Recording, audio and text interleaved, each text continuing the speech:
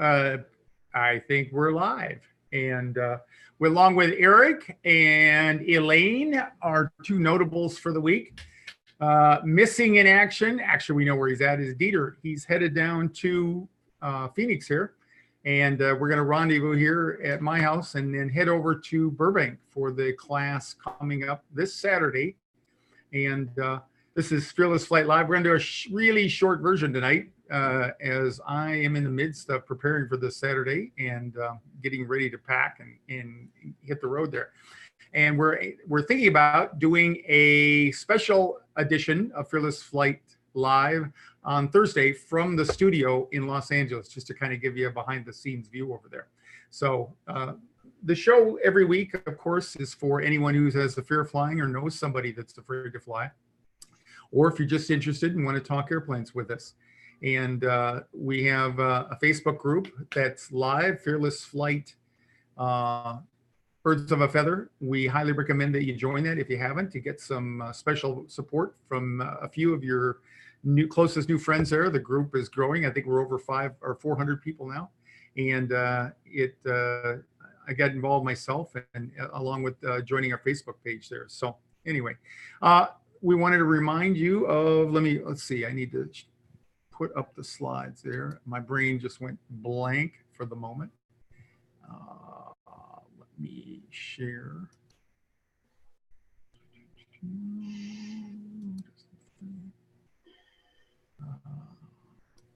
Okay, here we go. Okay. You'll be my monitor there, Eric. I'm here for you, but if I have to spend the whole night just sitting here looking stupid, I'm going to be totally fine with that. Right. Really, that's actually my job, though. That small mind, strong back work is one of my specialties. Oh my goodness, it really is. Oh, of course. Yeah, and Matt came out with a new. Am I just on your screen there? Can you see, Elaine, what's on my screen now? I just see you on your screen, Ron. I don't see slides or anything. Okay, cool. Because the Mac did an update this week, and of course it blew all my permissions in there. And oh wow! So, okay. So I'm guessing that you can see the slides now. Here it comes. Okay, cool. Okay, here we go. Okay, cool. So tonight, what we had just no, don't do that. Oh, disappointment. Yeah, poll question. We'll talk about that. We'll talk about the 201 Los Angeles this Saturday just a little bit. We had a couple of fun articles that we found in Aviation News Roundup, and we'll remind you all of the 201 in Phoenix coming up. And if my slides would advance, that would be really cool. Okay, I mentioned Birds of a Feather. Go here to our HTTP FLF link and Birds of a Feather to join. And leave your name and a little bit about yourself, and get the support that you want and need if you've got a flight coming up. I had a number of coaching sessions this week. Wow, you guys certainly found the coaching, and it might have been a little backed up since I was gone in Hawaii last week as well. But had some real moving ones. I shared a couple of the stories with Eric there. And we were talking just briefly before here about a person who had a couple of tragic losses in related airplanes. Do you remember the details on those, Eric? One was personal aircraft with her parents. Oh yeah, that's grandparents. Right. So where they were going on the leg, what they were doing, but being flown by a highly experienced military guy. How much general aviation time he had, I don't know. And that was a total loss. And then another one, she lost siblings it was just a 14-seat airplane. So regional prop jet or single engine prop jet, something like that. But they were all fatalities, and she lost all these people. Absolutely beyond tragic and beyond freakish. Yeah. That would happen. And it was an early age for her. So I just want to touch on that as kind of a theme, I had another coaching student today, and she had a child that encountered the measles many years ago and almost died, and that left her with what she considers to be post-traumatic stress. And it's not all that uncommon. And we had a conversation I wanted to share with you just a little bit about it. You know, fear of flying, if nothing else, it's a loss of confidence in your ability to control your emotions. And emotions and our ability to control those are something that we are challenged to work on from the time we're born. So we come into the world, and you know the old joke about swatting the baby on the butt to get it to take in air in its lungs to inflate them for the first time, but the other one is to check their state, their ability to get aroused, because we go up and down all day in our inner world, in our state of arousal, and we manage that, and we develop an ability to do that. We automatically are born with the ability to get excited and get amped up and get anxious. But the ability and the confidence to lower that anxiety is something that we have to learn. And in theory, it starts with the caregiver, usually primarily the mom, from the moment you're born, when she cradles you in her arms and gives you a gentle hold, talks to you, and you get used to her tone of voice, and then looking at her. Literally, this is where we start developing mirror neurons, that same capability that some of you claim, that when you look at the flight attendant, and if she looks freaked out, then you know you should be freaked out. And I've cautioned you about doing that, but nonetheless, you still have that interconnection with her from early on in your life. But some of us, for whatever reason, we either don't get the nurturing that we need to learn how to regulate our emotions and learn how to manage up and down along that continuum, or we have trauma in our life, like nearly losing a daughter, or like witnessing the loss of your grandparents and other loved ones in your family. And the earlier that those kinds of things happen to us in life, the more traumatic they can be. And I mentioned I had my own issues with sexual assault when I was a toddler, and through a complicated process, I figured that out in midlife. And in the most validating thing is to look back and see how it impacted you. But as many of you know, I've had panic attacks myself, and anxiety, just not related to flying typically. So I wanted to just touch on that because that's very much a theme of people coming in. And so what we'll be doing this Saturday in the class is teaching people how to look at how the story that they tell themselves, because the story that I tell myself is often one that I use to cope. And for many of us, it works for a period in our life, but then it quits working. So I wanted to as I was working with people this week, this question came up, and I wanted to share that with everybody out there. So, is your fear of flying holding you back in some way? And if so, how is that? So if you would put a comment in a post on our Facebook page there, and or if you have any other questions about that, we'd sure appreciate to hear from you on that. The people that I typically get in the coaching calls, the common theme, of course, is that their fear has been holding them back, and so that's what it's all about. When you get sick and tired of being sick and tired. So, yeah, you were sharing with me just a little anecdote about climbing out of Orange County, Eric. You want to talk a little bit about that and what that's like for people? Oh, it was a lot of fun. So I've been doing honest work all month, which has been a horrible shock to my system, but a lot of fun. And I was actually going to try and record a controller conversation with myself and the controllers and everything. The show Ron's trying to get me going. I'm a little bit technologically challenged, maybe a lot. Dieter's very patient with me. So I set up my phone and it had all going on. And Orange County, California, John Wayne Airport, Newport Beach has a very short runway, 5,700 feet. So the airplane, we do special takeoff procedures out of there. And we're careful landing weights, weather, all that kind of stuff, so that we are very conservative in terms of the runway length needed. Also, the fairly well heeled there want to be able to fly out of right there, but they don't want to hear airplane noise. So they have noise monitors all over, and we have a particular lateral path that we fly going out there, and we respect that and do our best.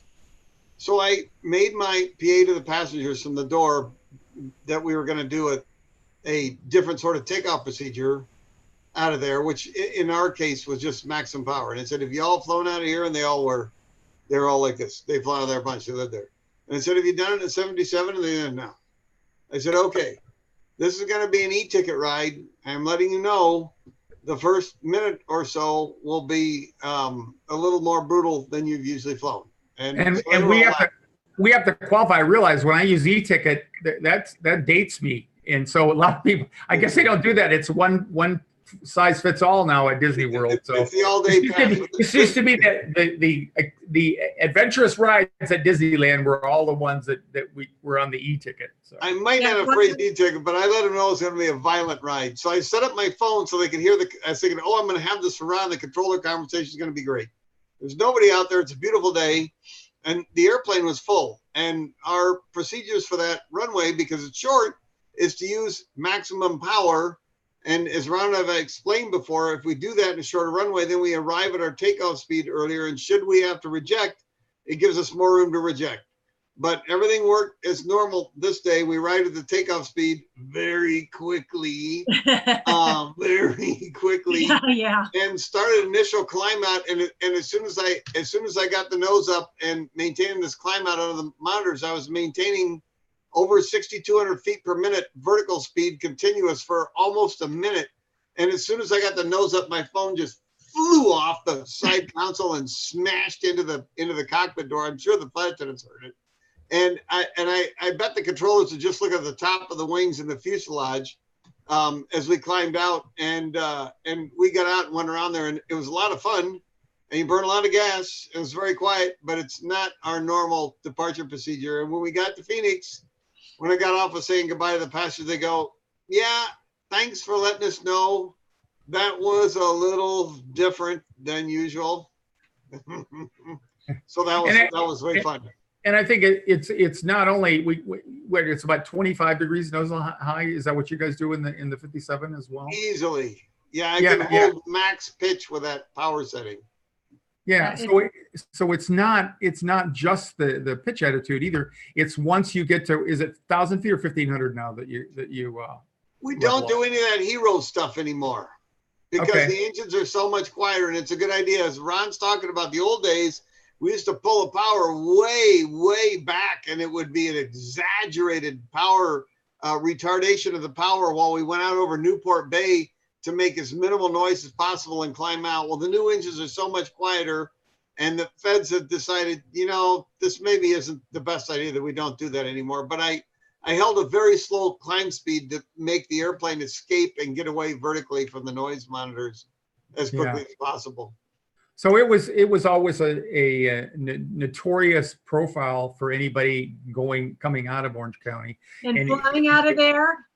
Yeah, there you go. It's like Eric said, if you're not prepared for it, it will catch you off guard, because I'm used to longer runways. But I flew out of John Wayne a few years ago, and yeah, it's different. And the pilot at the time did let us know that things are going to be probably a little bit different than what you're used to, but it's all within normal procedure. This is normal operating procedure for this airport. But still, that rotation, man.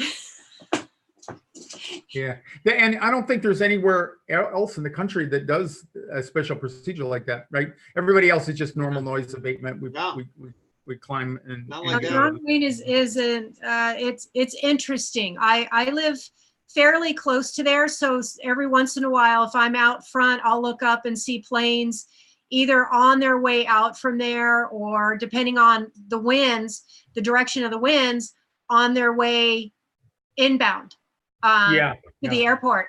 And I used to work very close to John Wayne. I used to work right across the street from there. And I could just walk out into the parking lot and just see these jets just like blasting off that runway. And I figure I could look at it two ways. I could go, wow, that's so scary. Oh my God, those poor people. Or, wow, that's amazing that that aircraft can do that, because everything flies out of there except, you know, of course, for the Airbus A380 or whatever. And after a while, it was just part of my workday, hearing those planes just blast off out of there. And it's so routine. So I have a couple of friends who are terrified of flying, and I told them, go hang out by John Wayne and just watch planes take off, and you'll desensitize. So very interesting though.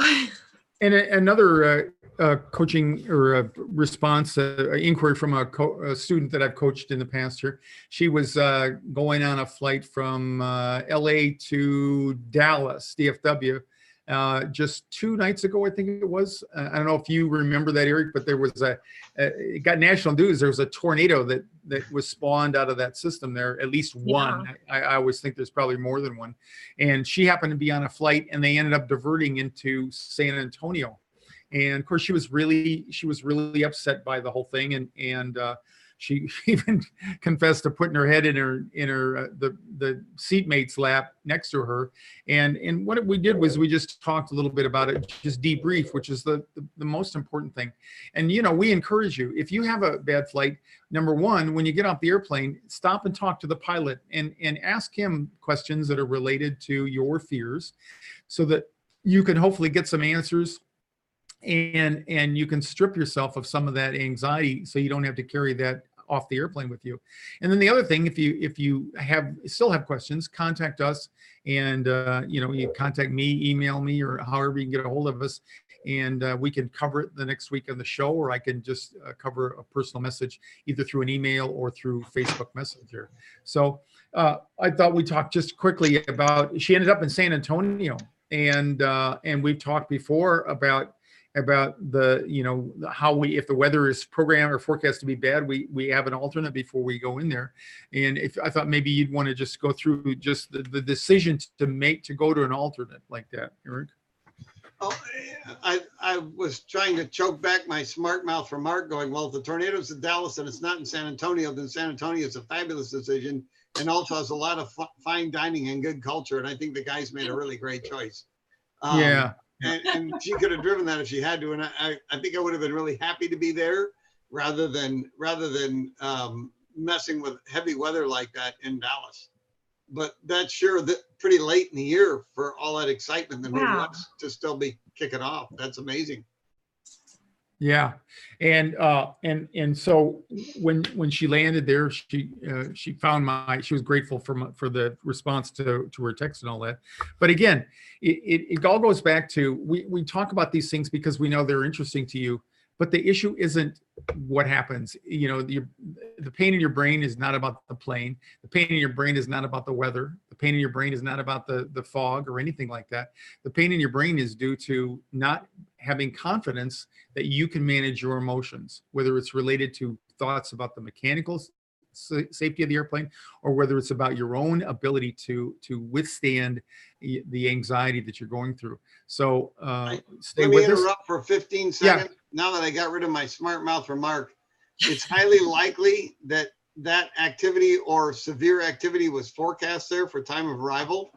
And it's highly likely the pilots had one, two, or more alternates and a whole bunch of holding fuel, hoping they could make Dallas. But when it became obvious they could not, they probably had fuel for San Antonio, Austin, significant numbers of alternates short of destination where they could go, and it would be just fine.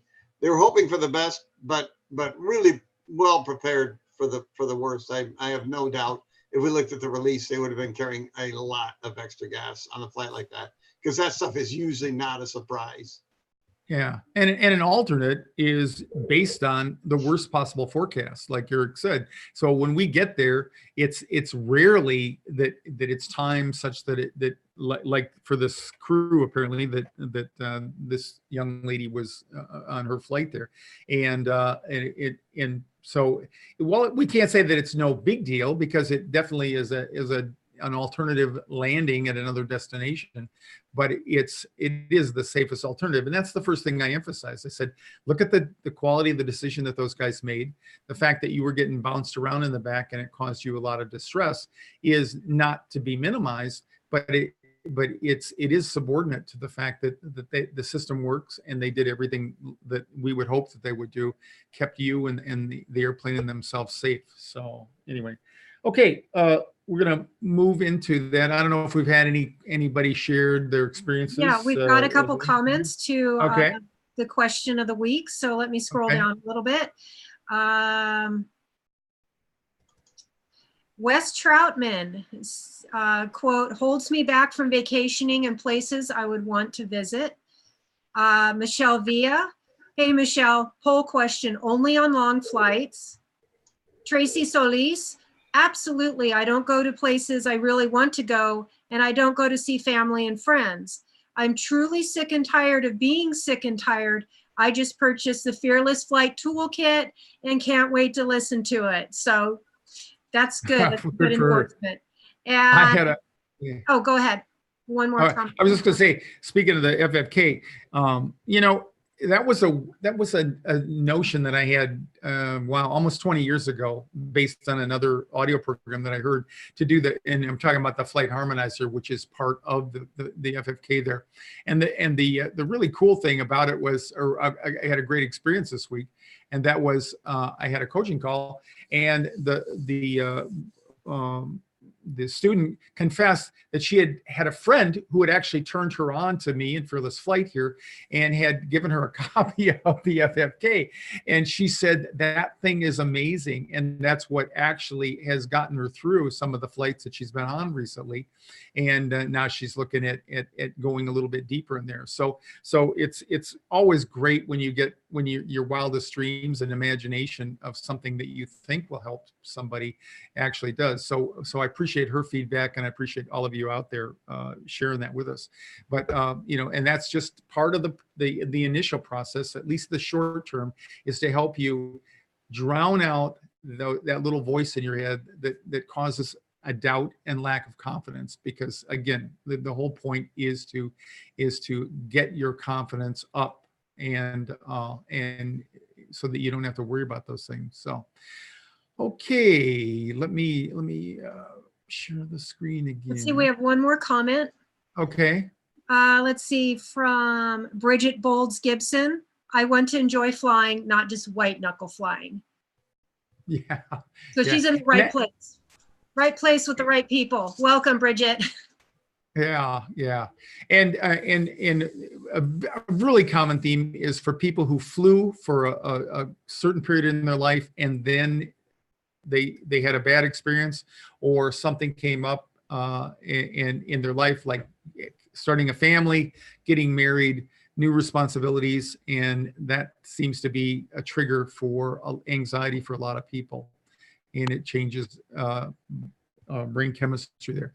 So as we get ready to close here, we want to remind everybody, October 26th, this Saturday, in fact, we're gonna hold our class in Burbank at the Air Hollywood Studios. We've got a number of people signed up. We still have a little bit of room there. If you are going to be in the area and you have any issues with flying, and you'd like to make a dramatic breakthrough and take that next step, we'd love to have you join us down there. We have a special guest, Arnold Barnett, and I'll be talking about him down the road a little bit more.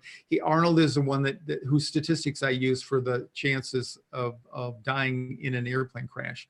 And so we met, and he's going to come down and talk a little bit about statistics and how you use those. He actually himself was a fearful flyer, and as luck would have it, his life's work is about statistics and probabilities, and he used that to help overcome his fear of flying. So he's going to be there with us. What else did I want to say? The last thing is that we are, if we can get the studio to stay open for us, we're thinking about doing a live broadcast on the spot on Thursday night. And it may be a little bit earlier, but we'll put out a blurb earlier in the day to alert you if you want to. And we might just walk around the studio and show you what we'll be doing on this coming Saturday. So anything else, Eric?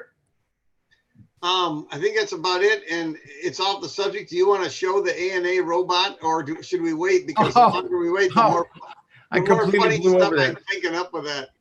Yeah, let me do that. Let me get that thing down there. They keep throwing ads on top of this. Okay, so let me change the screens.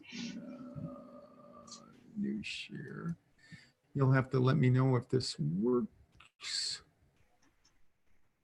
Okay. Let's see. I'll try and put this thing on full. There he is. Okay. Let me put it on. Let me find my mouse and I'll put it on full screen. Have you seen this, Elaine?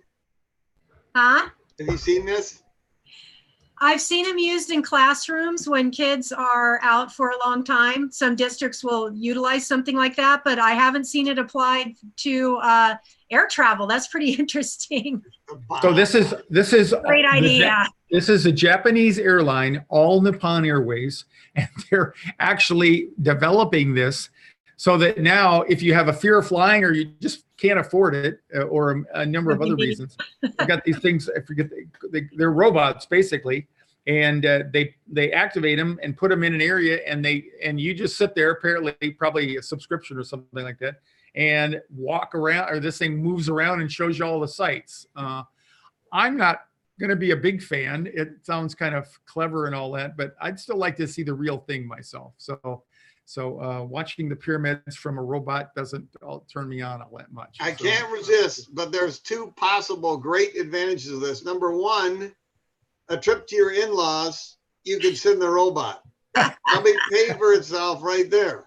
There you go. Number two, if no matter how much we flap our gums, we cannot convince you that you'll be fine, you can put the robot on the plane, and then the robot makes it figure, okay, it's going to be fine. I should try it too. If we ever win the lottery, we should put that in the Fearful Flight kit. Oh yeah. I think that'll be perfect. I think ANA killed it with this thing. Yeah, your own robot. So anyway, well, looking forward to seeing you again, Elaine, this Saturday. Yes. This Saturday. Yeah, and we'll look forward to seeing any of you if you could join us on Thursday night. Otherwise, we'll see you back here next Tuesday for the next edition of Fearless Flight Live, and it's been fun, and we hope that you'll come back and stay with us. So have a great